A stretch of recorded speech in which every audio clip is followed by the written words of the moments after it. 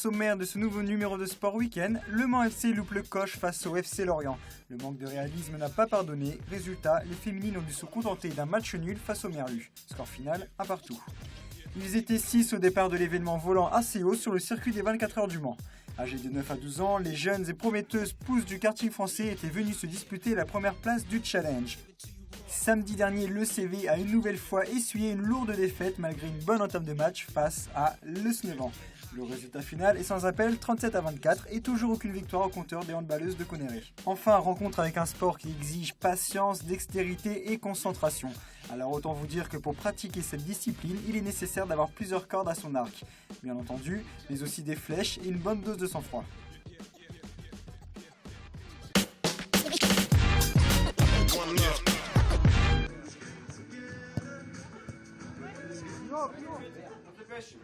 Viens, ça, viens avec nous. Allez, mesdemoiselles, si vous voulez y aller. C'est bon? Avec le boulot. C'est bon? Et pour Allez, allez. Bonjour. Bonjour. Allez. Non, mais moins fort, attends, j'ai la main toute rouge là. Allez, allez. Allez.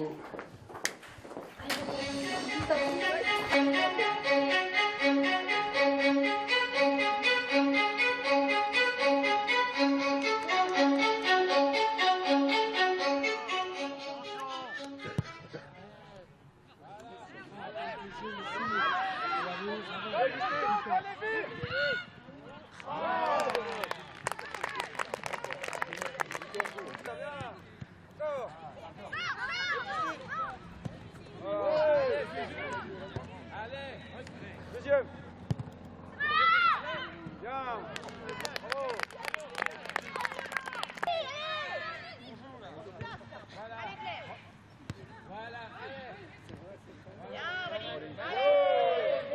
Allez!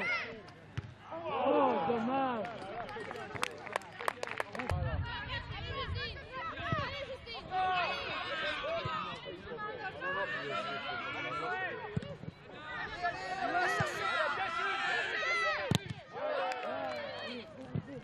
Bien, c'est bien ça. Ouais, c'est bon ça. Voilà.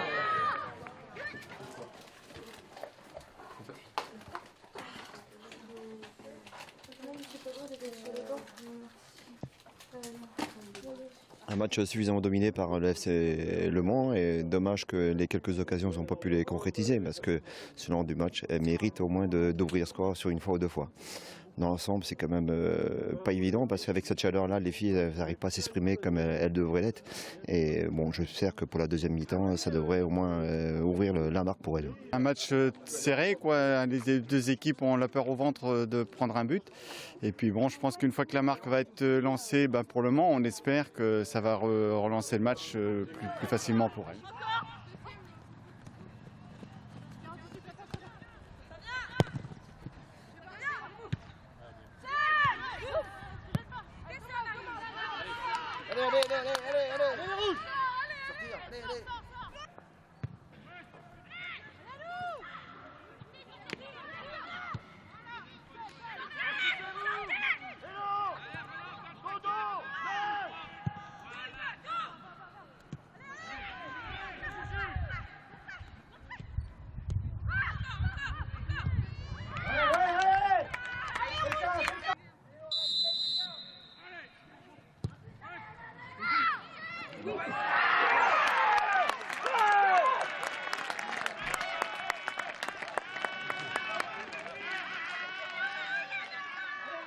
Tout allait très vite, je vois le ballon sur le coup franc de Aurélie Travers, il m'arrive, je coupe premier poteau et voilà, tête, et la gardienne est trompée par ma tête. Et ça va dans le fond des filets.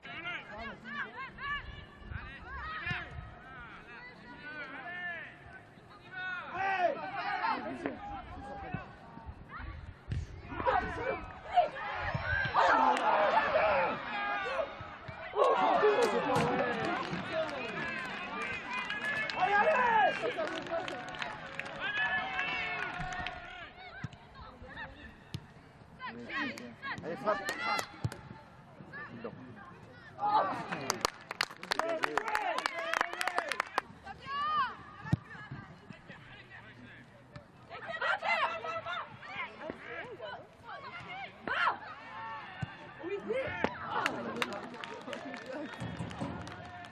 Un point très négatif, c'est qu'on reprend encore un but. On n'a pas su répondre à l'adversaire par rapport à ça. Et derrière, on court après le score et on en met un, mais après on a du mal à mettre le deuxième. Beaucoup d'occasions ratées, un problème de finition sur ce match-là qui nous a mis en difficulté forcément. C'est évident que quand on commence à jouer qu'une fois qu'on est mené au score, c'est compliqué. Hein, voilà. Et puis après, une fois qu'on joue, il y a des occasions immanquables qu'on trouve moyen de nous pas mettre. Et voilà, c'est toujours le même refrain. Les autres marquent un but sur une occasion. Nous, on en a 5-6, et au bout du compte, il n'y a qu'un seul but, et c'est encore ce coup de pied arrêté, parce que dans le jeu, on arrive pour les mettre, donc 2 points de perdus.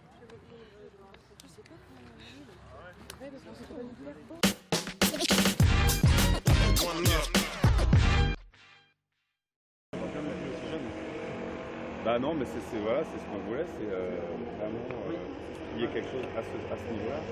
Parce que là, il n'y a pas de sélection. Il y a eu plusieurs sélections, il y a eu 4 week-ends de sélection et ce sont vraiment les meilleurs qui aujourd'hui concourent, les 6 meilleurs qui concourent aujourd'hui pour ce volant assez haut. Ok Mathis, tu peux couper le moteur. Coupe le moteur. Ok, donc là vous pouvez enlever votre équipement, vous gardez juste la combinaison puisque là on va passer au simulateur, donc mettez-vous à l'aise, vous enlevez le pare-côte. Vous gardez juste votre combinaison. Et vous laissez toutes les affaires dans le baquet. Ouais. Tiens Maxence, pose bien dans le baquet pour pas qu'il tombe.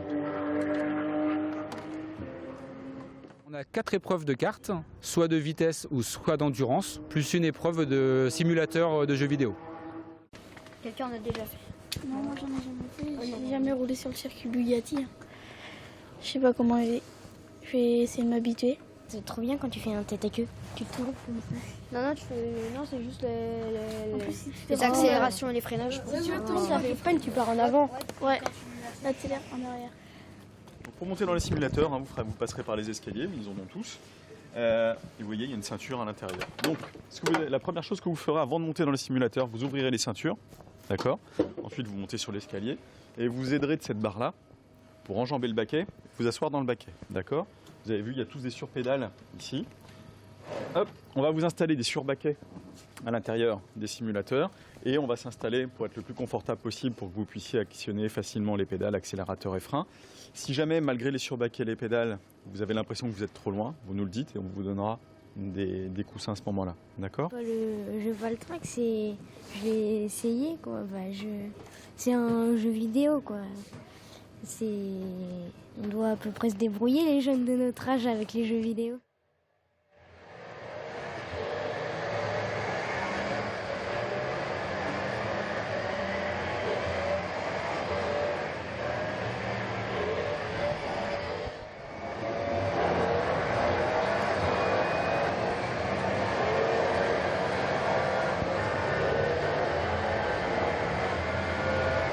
Au début, il y a toujours un peu les petites sorties, c'est normal, tant qu'ils s'y fassent. C'est lourd pour eux. Mais après, et puis la pédale de frein est très dure, très dure. Ils sont déstabilisés surtout par le fait qu'ils sont jetés un petit peu dans la voiture, quoi, je veux dire. Hein, le karting, c'est vraiment plat, quoi. Donc là ils s'adaptent, ça c'est pas trop mal.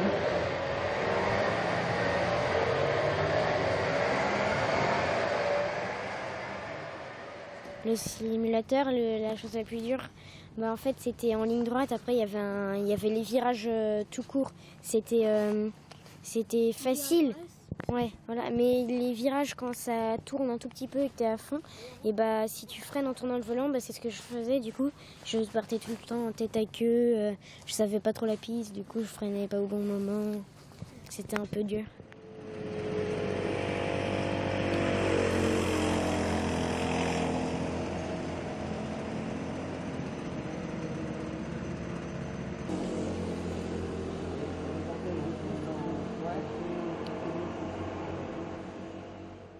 on prend quelques petites notes sur les 6 pilotes qu'on a. On essaye de visualiser les défauts et puis aussi la progression. Voilà, au fur et à mesure de la journée, on va se rendre compte des pilotes qui progressent, des pilotes qui ne progressent pas ou qui progressent peu. Donc voilà, l'idée c'est de savoir aujourd'hui lequel est en mesure d'être un futur champion. Notre objectif, c'est de détecter de futurs champions, de jeunes talents. Et donc, on a une école de formation au karting, au pilotage du karting, avec ensuite, pour les meilleurs participants, une finale. Et le vainqueur de cette finale se trouvera doté d'un volant pour l'année prochaine. C'est-à-dire que grâce à notre partenaire Team SAUV24, nous lui offrirons une année de compétition en karting et puis un parrainage avec deux champions, Anthony Abbas et Vincent Capillaire, pour l'accompagner dans son parcours sportif. Donc, le grand vainqueur de cette finale du volant ACO 2015, il s'agit de Mathis Poulet. Bravo à lui. Approche Mathis. Bravo à toi. Félicitations Mathis. Bravo. La casquette. Bravo garçon. Bravo Mathis. Les honneurs commencent. Il va bénéficier pour l'année prochaine d'une saison de kart avec 4 courses, 4 week-ends plutôt, parce qu'il y aura 4 courses par week-end, donc 16 courses en tant que telles, surtout avec la chance de pouvoir être entouré de pilotes professionnels en matière de karting et qui vont pouvoir continuer donc leur formation. C'est un joli cadeau parce que ça équivaut globalement à 10 000 € pour la saison.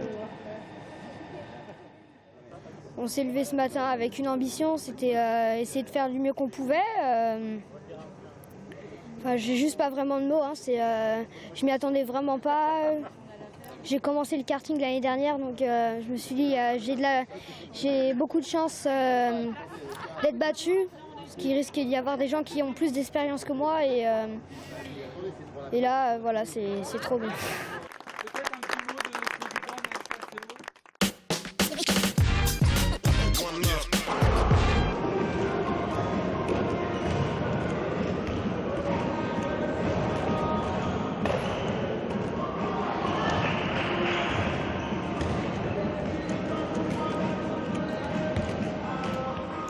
Ce soir, j'attends que vous mettiez votre cœur sur le terrain. D'accord? Et ça va commencer par une grosse défense. Là, j'ai fait des choix pour démarrer. C'est des choix parce qu'il faut qu'on défende dur pour commencer. D'accord? Donc vous leur mettez des taquets pour commencer. Tant qu'on n'a pas pris nos 3 jaunes, vous y allez. Hein? Il y a du lourd en face, c'est grand, ça doit courir vite, c'est fin. Donc ça doit sûrement envoyer. Hein? Alors vous communiquez, vous sortez sur les porteurs de balles, vous les attrapez, ça sort pas le ballon, d'accord? Ça c'est la première chose. Après en attaque placée, commencez à remettre des jeux en place, des choses simples, ce qu'on a fait un petit peu hier soir à l'entraînement, hein. Revoyez un petit peu ça, poussez bien dans les intervalles, on obtienne des choses.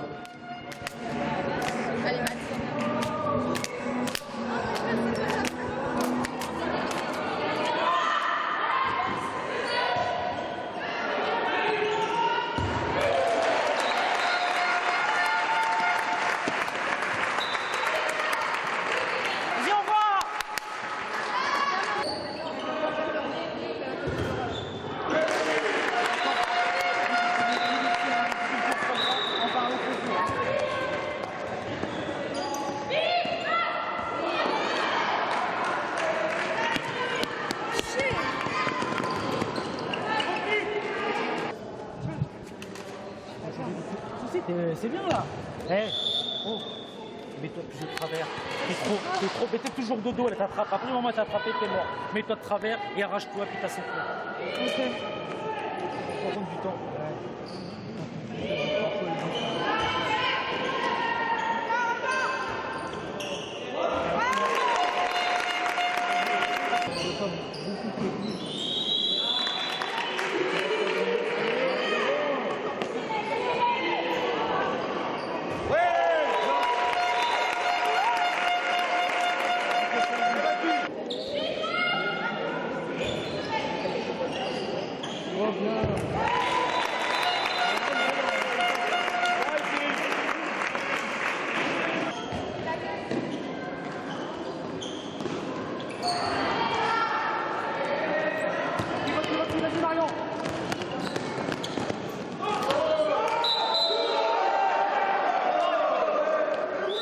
continue, allez, allez.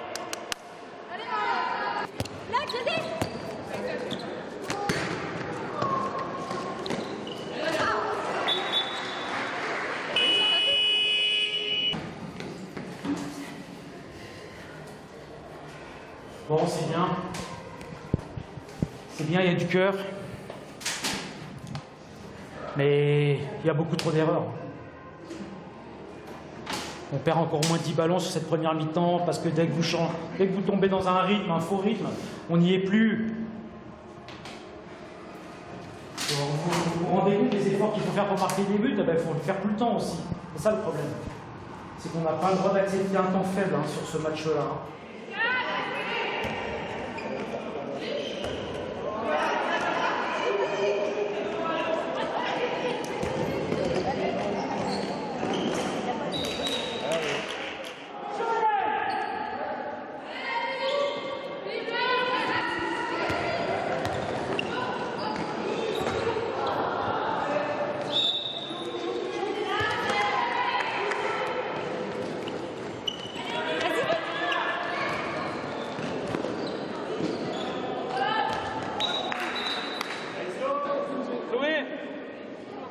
Écarte.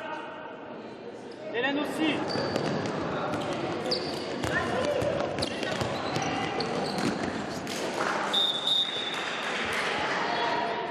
C'est un match difficile, mais on tient quand même 40 minutes par rapport aux autres week-ends précédents. C'est un avantage pour nous. Maintenant, il faut qu'on travaille encore le physique pour pouvoir tenir 60 minutes et qu'on soit beaucoup plus précise dans nos gestes parce qu'on perd beaucoup de ballons et c'est ce qui nous perd sur le match. En fait. Je pense que si la condition physique va revenir, le mental va suivre. Si on arrive à rester au contact des adversaires, mais il va falloir se dépêcher maintenant. Il va falloir se dépêcher parce qu'on n'a pas gagné un match depuis le début de l'année et voilà, ça devient un petit peu compliqué.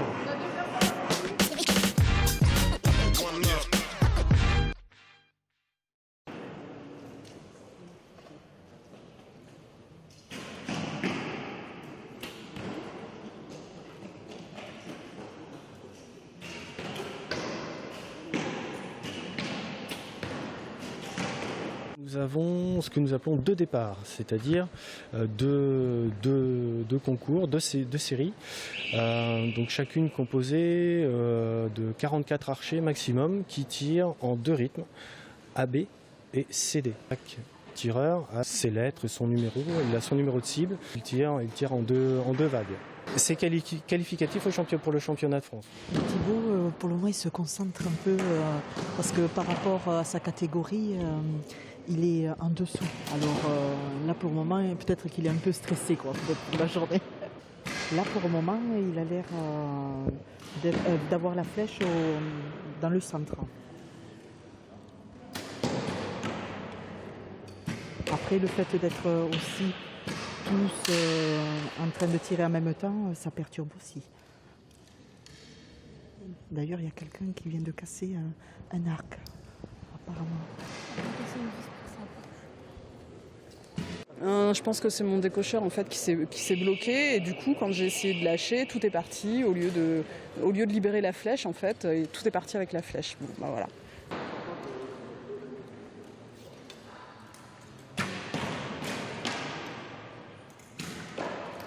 Alors grossièrement, on a 3 grandes catégories d'arcs. Le premier, l'arc nu appelé barbeau, qu'on voit ici, donc qui se compose simplement des branches, de la poignée et d'une corde, aucun organe de visée. Donc ça, c'est vraiment l'arc nu, première catégorie du tir à l'arc. Donc on a toute une série d'arcs classiques, là, où on va retrouver des éléments comme une stabilisation, un viseur, et ensuite, donc on retrouve la poignée, branche, corde. Donc vous voyez que là, en termes de couleur, en termes de modèle de poignée, il y a en termes de modèle de stabilisateur et de viseur, il y a vraiment beaucoup de choix et des prix très variables aussi. Et ensuite, donc pour terminer, les arcs à poulies.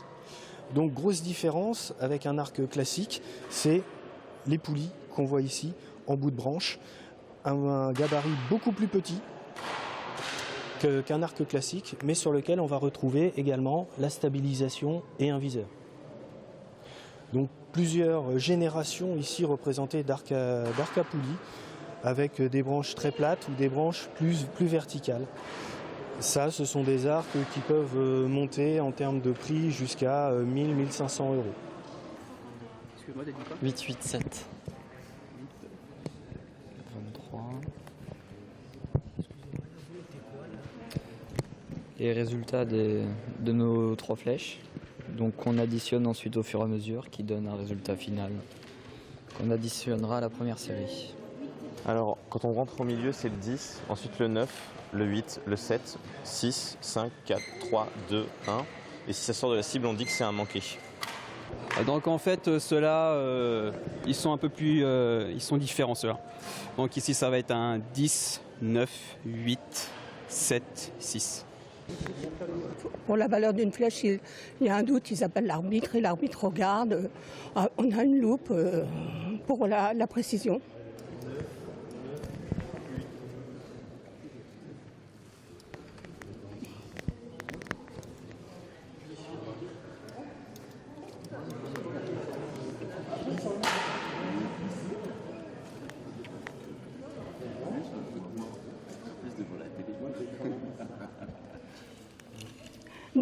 Allez, yes. Ouais. Alors, un coup à voir. S'il vous plaît. Un coup à voir. On organise notre cross le 8 novembre 2015 à Saint-Marc-la-Brière, ce complexe sportif des Châtaigniers. L'année dernière, on a eu 1000 coureurs, donc on espère avoir à peu près le même nombre cette année. La première course commence à 11h30 par les Benjamines. Et on termine le programme à 15h15 avec les Espoirs Senior Hommes qui eux auront 9025 mètres à faire. Il y a au total 13 courses. Il y a une course aussi ouverte aux non-licenciés.